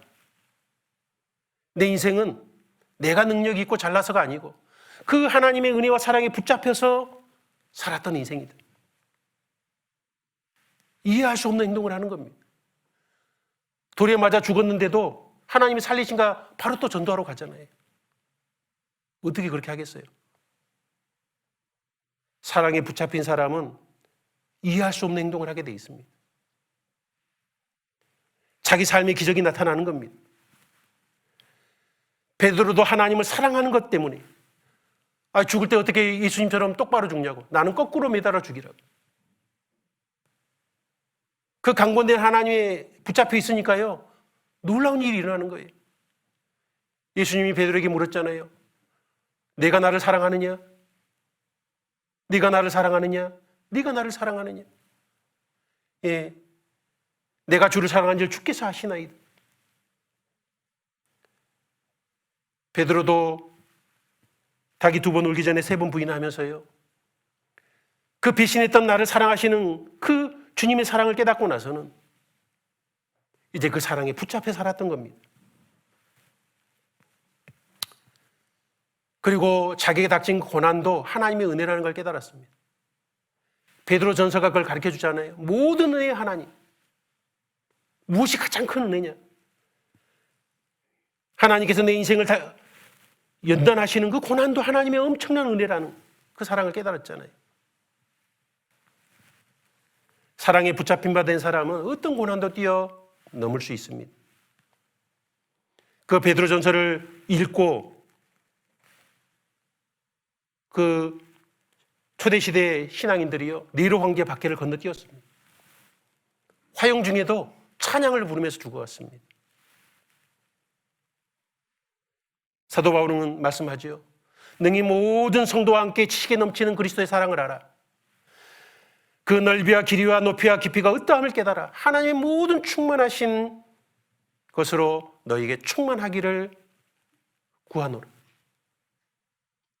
사랑에는 넓이도 있고 길이도 있고 높이도 있고 깊이도 있습니다. 그 사랑을 그 4가지 측면에서 깨달아 가야 됩니다.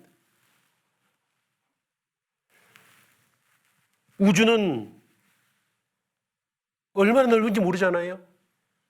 지금 200억 광년은 넘을 거라고 얘기하잖아요. 우주의 넓이보다 하나님의 사랑의 넓이는 더 큰 겁니다. 나 같은 죄인도 구원해 주셨잖아요. 가늠하다 잡힌 여인 다 돌로 치려고 했지만은 예수님은 그 여인도 너무너무 사랑했습니다. 용서해 주셨죠. 므낫세 평생 악한 왕으로 살아왔는데요. 하나님은 그 므낫세가 돌이키자 바로 용서해 주셨습니다. 하나님의 사랑의 길이는 어떨까요? 가룟 유다도 끝까지 사랑했습니다. 예수님께 와서 입 맞추면서요, 좋아서 입 맞춘 게 아니라 팔려고 입 맞췄습니다. 예수님은 가룟 유다에게도 친구요, 사랑하시되 끝까지 사랑했습니다. 하나님의 사랑의 높이는 어떨까요? 그 높으신 곳에서 벌레만도 못한 인간에게 내려오셨습니다. 천하고 천한 그 낮은 우리 인간의 모습을 가지고 오신 겁니다. 하나님의 사랑의 깊이는 어떨까요? 나를 그 세미하고 섬세한 사랑으로 나를 돌보아주고 계십니다. 그 사랑의 깊이도 끝이 없습니다. 우리가 이 사랑을 점점 깨달아가서 그 하나님의 엄청난 부유와 충만함에 점점 이뤄간다면 우리는 정말 놀라운 경험을 하게 될 겁니다. 우리는 그 사랑 속에 살 수 있는 사람입니다. 그런데 그 사랑을 받는 이스라엘 백성이 놀랍게도 반역하고 비판했죠. 신명기 32장 다시 돌아가 보겠습니다. 그런데 어떻게 비판하게 됐을까? 32장 15절에 보시면 그러한데 여수론이 살찜에, 여수론은 이스라엘의 다른 이름이죠. 이스라엘의 별명입니다. 의인, 정직한 자라는 뜻이 여수론입니다. 그런데 의인이 된 이스라엘이 살찜에 발로 찼도다. 하나님을 차버린 겁니다. 내가 살찌고 부대하고 윤택함에 자기를 지신 하나님을 버리며 자기를 구원하신 반석을 경홀히 여겼도다. 경홀히 여겼다는 것은 어리석게 행동했다는 겁니다. 이 경홀히 여겼다는 말이 히브리어로 나발입니다. 나발. 어리석은 자라는 뜻이죠. 하나님을 경홀히 여기는 것이 가장 어리석은 겁니다. 우리가 언제 하나님을 반역하고 비판하게 됩니까? 언제 우리가 조심해야 되죠? 살찜입니다. 살찜에. 모든 일이 잘 풀려갈 때, 그때가 가장 조심해야 될 때죠. 평안과 안식의 그 시기에 위기가 찾아오는 겁니다. 하나님을 경홀히 여기면 하나님의 사랑도 잃어버리게 되는 겁니다. 사사기에 보면 그들이 이제 가나안 땅에 가서 평안과 안식이 이제 오자 하나님을 잃어버리기 시작했습니다. 처음에는 인생이 잘 풀린 것처럼 좋아 보였죠. 그러나 잠시 후에 어떻습니까? 하나님을 잃어버리게 되자 그들에게는 공고와 아픔과 비참함이 몰려오기 시작한 겁니다. 하나님을 잃어버리면 사랑도 잃어버리는 거예요. 이 세상에 사랑이 없다면 어떨까요? 가족에 대한 사랑도 없고 형제자매 간의 친구에 대한 사랑을 잃어버린다면 이 세상은 어떻게 되겠습니까? 감동도 사라지게 될 겁니다. 아름다운 영화도 없겠죠. 멋진 드라마도 없을 겁니다. 아름다운 소설도 없게 됐겠죠. 세상은 삭막해질 겁니다. 이 세상을 살맛나게 하는 것도 사랑이라면 구원받은 그리스도인에게는 사랑은 가장 중요한 겁니다. 이 신앙의 원동력은 사랑입니다. 우리의 신앙생활, 하나님의 사랑을 받아서 이웃을 사랑하고 형제자매를 사랑하는 겁니다. 그게 신앙생활입니다. 하나님을 멀리하면 사랑은 식어버립니다. 그리고 나면 조금 지나면 내 삶은 무질서와 혼돈이 찾아오는 거예요. 그리고 뒤에는 헤매고 방황하게 되는 겁니다. 사사기의 내용이 그렇죠. 하나님을 잃어버리니까 무질서하고 혼돈해지고 이제 그들은 헤매고 방황하고 그 가운데 말할 수 없는 고통과 아픔 속으로 치달아가는 거죠. 하나님을 잃어버리면 불안과 염려로 사로잡히게 되는 겁니다. 그런 고통 속에 하나님은 있기를 원치 않기 때문에 사랑하시기 때문에 근실히 징계도 하시는 겁니다. 그래서 징계도요, 그 깊이 들여다보면 그것이 큰 사랑이라는 걸 깨닫게 되는 거예요. 21절에 보시면 그들이 하나님을 경홀히 여기니까 하나님이 어떻게 다루어가는지가 나오죠. 32장 21절에 보시면 그들이 하나님 아닌 자로 나의 질투를 일으키며 그들의 허무한 것으로 나의 진노를 격발하였으니 나도 백성이 되지 아니한 자로 그들의 시기가 나게 하며 우둔한 민족으로 그들의 분노를 격발하리로다. 내 분노의 불이 일어나서 음부 깊은 곳까지 사르며 땅이 그 소산을 삼키며 산들의 터도 불게 하는도다. 내가 재앙을 그들의 위에 쌓으며 나의 살을 다하여 그들을 쏘리로다. 그들이 줄이며 파리하며 불같이 더위와 독한 파멸에 삼키울 것이라. 내가 들짐승의 이와 티끌에 기는 것의 독을 그들에게 보내리로다. 밖으로는 칼에, 방 안에서는 놀람에 멸망하리니 청년 남자와 처녀와 젖먹는 아이와 백발 노인까지리로다. 무서운 일들이 생기죠. 이것만 보면은요, 하나님이 무자비한 분같이 보입니다. 이것만 보면은 오해할 수도 있죠.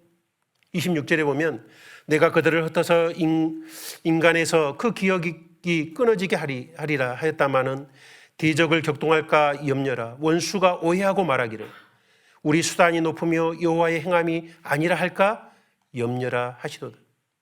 그들은 이방인들이 그들의 능력이 커서 이스라엘을 이렇게 쉽게 이기는 거라고 착각하게 될까 두렵다는 거죠. 28절에 그들은 모략이 없는 국민이라 그 중에 지식이 없도다. 이방인들이 지혜가 있어서 이것을 깨닫고 자기의 종말을 생각하였으면 그들의 반석이 그들을 팔지 아니하였고 여호와께서 그들을 내어주지 아니하셨다면 어찌 한 사람으로 천을 쫓으며 두 사람이 만을 도망케 하였을까? 하나님께서 그렇게 허락지 않았다면 이런 일이 일어날 수 없다는 거죠. 37절을 보시겠습니다. 37절 보면 여호와의 말씀에 그들의 신들이 어디 있으며 그들의 피하던 반석이 어디 있느냐? 그들의 희생의 고기를 먹던 것들, 전제술을 마시던 것들로 일어나서 너희를 돕게 하라. 너희의 보장이 되게 하라. 자, 그들이 하나님 아닌 다른 것을 의지했잖아요. 그런 것들을 한번 의지해보고 그들이 정말 보호하는지 한번 보라는 거예요. 그들이 하나님을 멀어지자 고통밖에 없었습니다. 우리 21절부터 25절에 그 징계밖에 없었습니다. 환난밖에 없었습니다. 그들이 의지하던 것이 참신이 아니라는 걸 보여주고 있죠. 그것이 가짜라는 것을 알려주는 겁니다. 징계하심을 통해서. 우리가 하나님을 의지하지 않고 세상 붙들면요, 우리에게 말할 수 없는 어려움들이 있다는 것을 체험케 하십니다. 39절에 이제는 나 곧 내가 그인 줄 알라. 나와 함께하는 신이 없도다. 내가 죽이기도 하며 살리기도 하며 상하게도 하며 낫게도 하나니 내 손에서 능히 건질 자 없도다. 하나님이 죽이기도 하고 살리기도 합니다. 상하게도 하시고 낫게도 하시는 거죠. 다 하나님의 손 안에 있는 겁니다. 나 곧 내가 그인 줄 알라. 나만 하나님인 것을 알라는 거죠. 나와 함께하는 신이 없도다. 나 외에 참 신이 없다는 겁니다. 하나님이 하는 것을 누가 막을 수 있겠느냐는 겁니다. 우리가 삶의 어려움과 공고와 징계가 있다면 우리는 하나님의 역사하심을 생각할 필요가 있습니다. 신실하게 징계하시는 이유는 그만큼 하나님이 나를 사랑한다는 겁니다. 자, 이 당시에 이스라엘을 이렇게 신실하게 징계하셨던 그 하나님, 그 하나님은 지금도 나의 하나님이십니다. 말라기 3장 6절에 보면 나 여호와는 변혁지 아니하시나니 그러므로 야곱아 내가 소멸되지 아니하느니라. 이렇게 징계하셨지만 이스라엘 백성은 소멸되지 않았죠. 사랑하시기 때문입니다. 고치시려고 하는 것이지 벌 주시려고 하는 것이 아닙니다. 그런데 이 하나님은요, 지금도 그 하나님이셔요. 우리가 하나님께 멀어지면 어떻게 해요? 하나님은 신실하게 징계하신다는 거예요. 이스라엘에게 하셨던 하나님은 현재 내 인생에도 그렇게 하시는 겁니다. 우리는 어려움이 생기고 징계가 있을 때 신실하신 하나님이라는 걸 생각할 필요가 있죠. 그 정신 차려야 돼요, 빨리. 그래서 빨리 하나님의 그 품으로 돌이켜야 되는 겁니다. 하나님은요, 하나님의 사랑을 떠나서는 어떤 일도 행하지 않습니다. 이 징계라는 것도 하나님의 사랑 때문에 하시는 겁니다. 근실이 징계하시는 건 미워서 하는 게 아니죠. 우리가 자식을 매로 때릴 때요, 기뻐서 때립니까? 막 얘 때리면서 막 신이 나요? 부모의 마음은 더 찢어지는 거죠. 하나님도 마찬가지신 겁니다.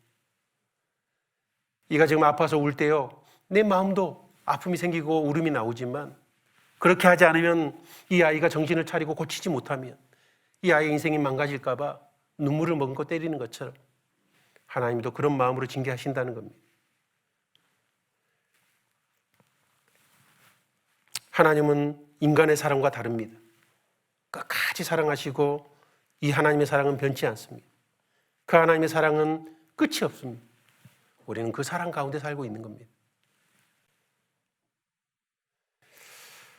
그래서 이 큰 사랑을 점점 깨달아가면서 그 알아갈 때 우리는 이 말씀에 순종하고 이 말씀에 순종하는 만큼 보물을 하늘에 쌓는 것이 되는 겁니다.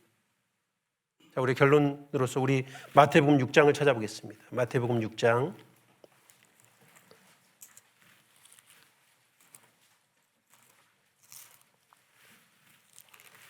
6장 19절부터 보시면요, 하나님을 위해서 기록한 게 아니죠. 이 말씀은 다 나를 위한 거죠. 이 말씀도 정말 나 때문에 하신 말씀입니다. 내 행복을 위해서 말씀하시는 거죠. 그래서 19절에 보면 너희를 위하여, 20절 첫마디도 오직 너희를 위하여 그렇게 말씀하시죠. 너희를 위하여 보물을 땅에 쌓아두지 말라. 거기는 종과 동록이 해하며 도적이 구멍을 뚫고 도적질하느니라. 오직 너희를 위하여 보물을 하늘에 쌓아두라. 거기는 좀이나 동록이 해하지 못하며 도적이 구멍을 뚫지도 못하고 도적질도 못하느니라. 내 보물이 있는 곳 그곳에는 내 마음도 있느니라. 눈은 몸의 등불이니 그러므로 네 눈이 성하면 온몸이 밝을 것이요 눈이 나쁘면 온몸이 어두울 것이니 그러므로 내게 있는 빛이 어두우면 그 어둠이 얼마나 하겠느냐. 24절은 같이 읽겠습니다. 한 사람이 두 주인을 섬기지 못할 것이니 혹 이를 미워하며 저를 사랑하거나 혹 이를 중히 여기며 저를 경히 여김이라. 너희가 하나님과 재물을 겸하여 섬기지 못하느니라. 여기 혹 이를 사랑하거나 저를 사랑한다 그랬죠. 혹 이를 미워하며 저를 사랑하거나 혹 이를 중히 여기며 저를 경히 여김이라. 네가 무엇을 사랑하냐는 거예요. 하나님을 사랑하느냐, 재물을 사랑하느냐, 하나님을 사랑하느냐, 세상을 사랑하느냐. 둘 다 사랑할 수 없다는 겁니다. 혹 이를 중히 여기면 저를 경히 여길 수밖에 없다는 거예요. 작게 여긴다는 거죠. 하나님을 크게 생각하면 재물이나 세상은 작아지는 겁니다. 재물이나 세상이 커지면 하나님은 작아지는 겁니다. 하나님도 커지고 세상과 재물도 커질 수는 없다는 겁니다. 내 마음이 무엇이 큰지를 생각해 보라는 거죠. 보물을 땅에 쌓아두면 안 되고 하늘에 쌓아두라 그랬습니다. 어떻게 하면 보물을 하늘에 쌓아두는 것이 될까? 어떻게? 자, 보물을 하늘에 쌓아둔 보물은 구멍을 뚫지도 못하고 도적이 뺏어갈 수도 없어요. 그러나 땅에 쌓는 보물은 다 빼앗기고 훔쳐가고 또 상하고 녹슨다 그랬어요. 이거는 지킬 수가 없다고 돼 있습니다. 어떻게 보물을 하늘에 쌓아요? 이게 문제잖아요. 먼저 보물을 하늘에 쌓으려면 구원부터 받아야 됩니다. 구원받지 않은 사람은 보물이 하늘에 쌓는 방법은 아예 없습니다. 지옥 형벌을 많이 기다리고 있는 거죠. 그리고 구원받은 후에 어떻게 보물을 이제 하늘에 쌓을까요? 하나님의 말씀대로 행하는 것이 보물의 하늘을 쌓는 겁니다. 너희는 먼저 그의 나라와 그의 의를 구하라. 그리하면 이 모든 것을 너희에게 더하시리라. 33절 말씀이죠. 하나님의 나라와 하나님의 의를 구하는 그것이 보물을 하늘에 쌓는 가장 확실한 길입니다. 하나님 나라와 하나님의 의, 그것이 먼저라는 겁니다. 내가 가장 귀하게 여기는 것이 무엇인가를 생각해 봐야 돼요. 내게 먼저가 무엇인가? 세상 것이 먼저라면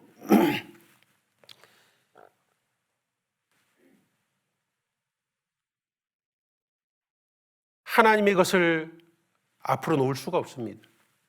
우선순위가 내가 어디 있는지를 생각해 봐야 되죠. 내 보물은 무엇일까? 그의 나라와 그의 의가 보물이면 그게 우선이 될 겁니다. 세상이 보물이면 세상이 먼저가 될 겁니다. 이 세상 사람들이 생각하는 보물은 뭐죠? 여러분, 내 마음에 무엇으로 내 마음을 사로잡혀 있습니까? 무엇이 내 마음이 가 있는 곳입니까? 21절에 내 보물이 있는 그곳에 내 마음도 있다 그랬는데 내 마음이 어디에 가 있는지를 알면 내 보물이 무엇인지 알 수 있습니다.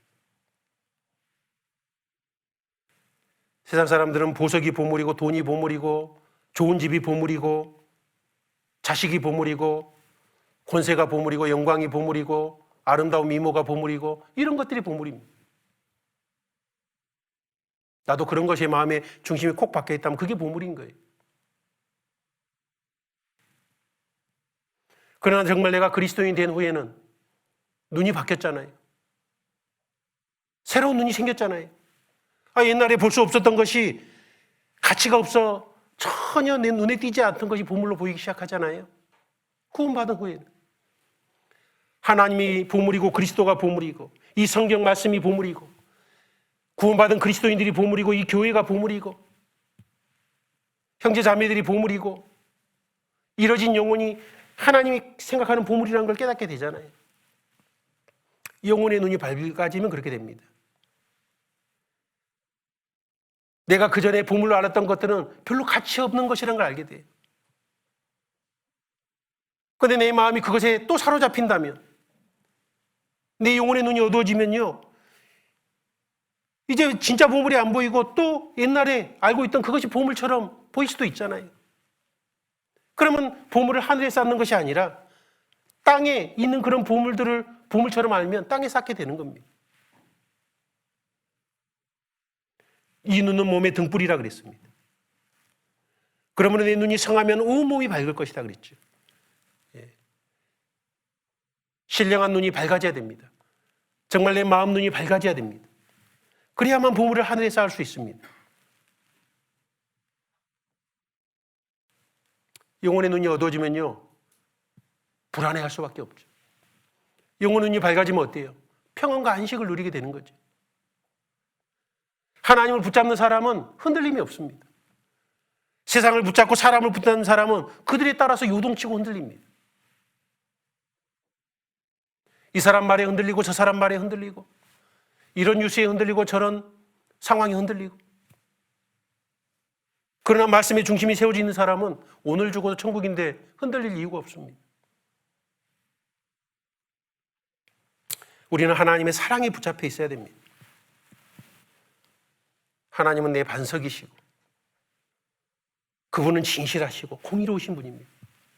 그러니까 우리가 삶의 영광을 하나님께 돌리는 마음 가지고 살아야 되겠죠. 그것이 지혜입니다. 하나님의 그 사랑을 이제 깊이 깨달아 가야 됩니다. 하나님은 나를 택하시고 구원하셨습니다. 이제 내 인생을 신실하게 인도해 가고 계십니다. 그런데 신실하게 인도하기 때문에 평안하고 안식만 있는 게 아니에요. 하나님은 나를 사랑하시기 때문에 성숙시키기 위해서 훈련하는 사랑을 하고 계시는 겁니다. 하나님은 신실하시기 때문에 신실하게 훈련시키시는 분이에요. 그래서 지키고 평안을 누리게 하시기도 하지만 육신적으로는 영혼의 평안을 누리는 가운데 육신적으로는 고난과 어려움과 훈련을 하시는 겁니다. 정금같이 우리를 단련해 가시는 겁니다. 그리고 결국은 영원한 천국, 약속의 땅을 주시려고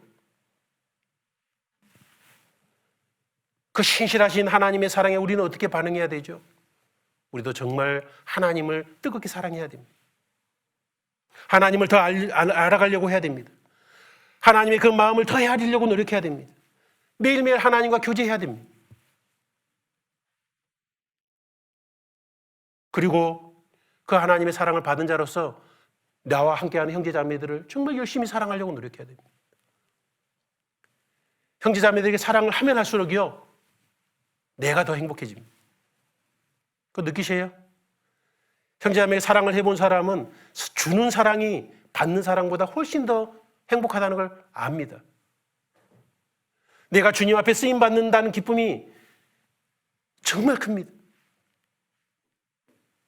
이런 어려운 시대에 형제자매들에게 더 많이 기도하고 전화했던 사람은 더 많은 기쁨과 즐거움을 반드시 누리고 경험했을 거예요. 여러분은 얼마나 형제자매들을 생각하셨습니까?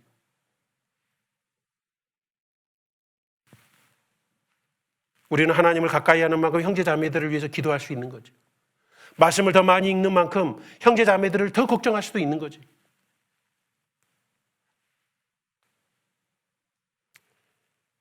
그 하나님의 사랑에 대해서 이스라엘은 많은 문제가 반역하고 비판하는 거였습니다.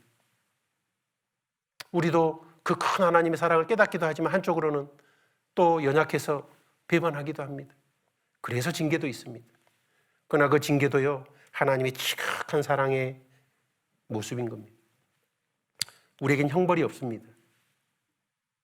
그러나 징계는 있죠. 우리에게 징계하시는 이유는 우리를 그 죄의 고통으로부터 벗어나기 위한 목적이 있습니다. 이스라엘을 신실하게 징계하셨던 것처럼 현재 우리가 하나님으로 멀어지고 죄 가운데 있어서 신실하게 징계하십니다. 정신 차리라고. 자, 우리는 그런 걸 다 이제 알잖아요. 우리도 이런 것을 아니까 더 하나님 말씀에 순종하고 이 하나님 말씀을 따라가는 것. 무엇이 보물인지 알고 하나님의 말씀을 붙잡고 그의 나라와 그의 의를 구하는 그것이 바로 보물을 하늘에 쌓는 길입니다. 진짜 보물을 보물처럼 알고 그것을 내 마음의 중심에 두고 살아가는 길, 그것이 보물을 하늘에 쌓는 길입니다. 그래서 우리가 어려울 때 더 하나님의 사랑을 깊이 더 깨달아가는 시간들이 되고 하나님과 더 가깝게 교제하고 그 힘으로 또 형제자매들을 더 기도해주고 형제자매들 사랑으로 붙잡아주고 또 격려하고 이렇게 했으면 참 좋겠습니다. 해야죠. 예, 같이 기도하시겠습니다. 하나님 감사합니다. 또 이 말씀을 통해서 하나님 우리를 얼마나 사랑하시는지 이스라엘 사랑하신 그 손길을 통해서 현재 우리를 얼마나 사랑하는지를 알게 해주신 은혜 감사드립니다. 우리 화성교 형제자매들 한 분 한 분 마음속에 하나님께서 하나님의 사랑을 체험하고 느끼고 알 수 있도록 그 하나님의 인자하심을 맛보아 경험할 수 있도록 인도해 주시고 그 사랑에 감동되어서 강권된 삶을 살아갈 수 있도록 뜨겁게 우리도 형제자매들을 사랑하는 삶을 살 수 있도록 인도해 주시옵소서. 이 어려운 시기에 또 형제자매들에게 사랑을 나타낼 수 있도록 역사해 주시옵소서. 모든 것 주님께 부탁드리며 예수님의 이름으로 기도드립니다.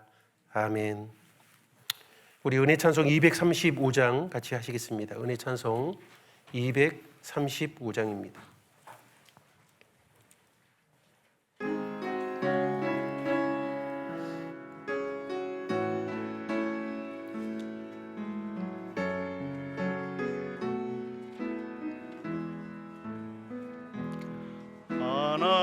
하나님은 너를 지키시는 자 너의 우편에 그늘 되시니 낮에 해와 밤에 달도 너를 해치 못하리. 하나님은 너를 지키시는 자 너의 환난을 명쾌하시니 그가 너를 지키시리라. 너의 출입을 지키시리라. 눈을 들어 산을 보아라. 너의 도움 어디서 오나. 천지 지으신 너를 만드신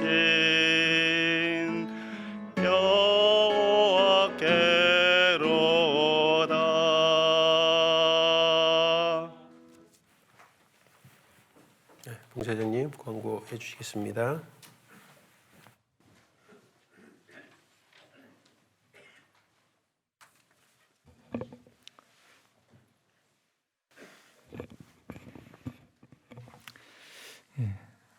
담임 목사님 귀한 말씀 감사드립니다. 2월 23일 날 모이고 꼭 이게 2달 만에 다시 이게 모여서 말씀을 들을 수 있었던 것 같습니다. 그래도 많이 오셔서 감사드리고요. 6층까지 개방을 하면은 우리 좀 더 교제 나누면 다 모일 수 있을 거라는 생각도 해보게 됩니다. 그래서 어쨌든 계획대로 우리 밴드를 통해서 공지 드리고 구역에서 광고 드렸던 것 같은데요. 이번 주 수요일은 1, 2교구가 같이 모여서 수요 말씀을 함께 듣는 걸로 하고요. 돌아오는 5월 3일은 2교구가 말씀을 듣는 주인데 좀 더 교제를 나눠보고 우리가 다 모일 수 있는 좀 공간이 확보가 된다면은 다시 공지를 통해서 다 모일 수 있도록 다시 광고 드리도록 하겠습니다. 네, 소식지를 좀 실을 내용이 너무 많아서 아마 좀 이렇게 복사를 통해서 나눠드렸는데요. 좀 부족할 수도 있는데 우리 코로나로 인해서 교회에서 지켜야 될 것들에 대해서 아마 광고 내용이 다 포함되어 있는 것 같습니다. 그래서 다 공지드린 내용이니까요. 그렇게 좀 참고해 주시고 월간 계획이 연초에 계획되어 있는 안과 아직 확정되지 않은 안들이 이렇게 올라와 있는데요. 이거는 좀 확정되지 않은 안이니까요. 좀 일단은 좀 무시해 주시고 5월 12일 이후에 아마 좀 5월달 계획에 대해서는요 교제를 통해서 다시 공지드리도록 하겠습니다. 이후에 교제는 없고 마치시면 바로 기거하셔야 되는데 어쨌든 아까 목사님 말씀해 주신 것처럼 각자 좀 전화를 통해서도 많이 좀 교제 나누시고 우리 영상을 통해서 구역 모임이나 조모임을 시작하니까는 또 새로운 또 그동안 못 봤던 것에 대한 또 은혜도 되는 시간이 조금이나마 되는 것 같습니다. 그래서 좀 그렇게 해서 교제를 많이 나눠주시고요. 특별히 은장의 어르신들 원래대로였으면 이번 주가 지금 오늘이 지금 춘계 수양회 진행을 해야 되는 시간이잖아요. 여러 가지 코로나로 인해서 모이지도 못하고 각자 집에서 또 저희 같이 말씀을 또 원활하게 공급을 받지 못하는 상황이기 때문에 은장의 어르신들을 위해서 더 많은 기도와 관심을 더 부탁드리겠습니다. 광고 마치겠습니다. 안녕히 돌아가시고 또 수요일 날 뵙도록 하겠습니다. 감사합니다.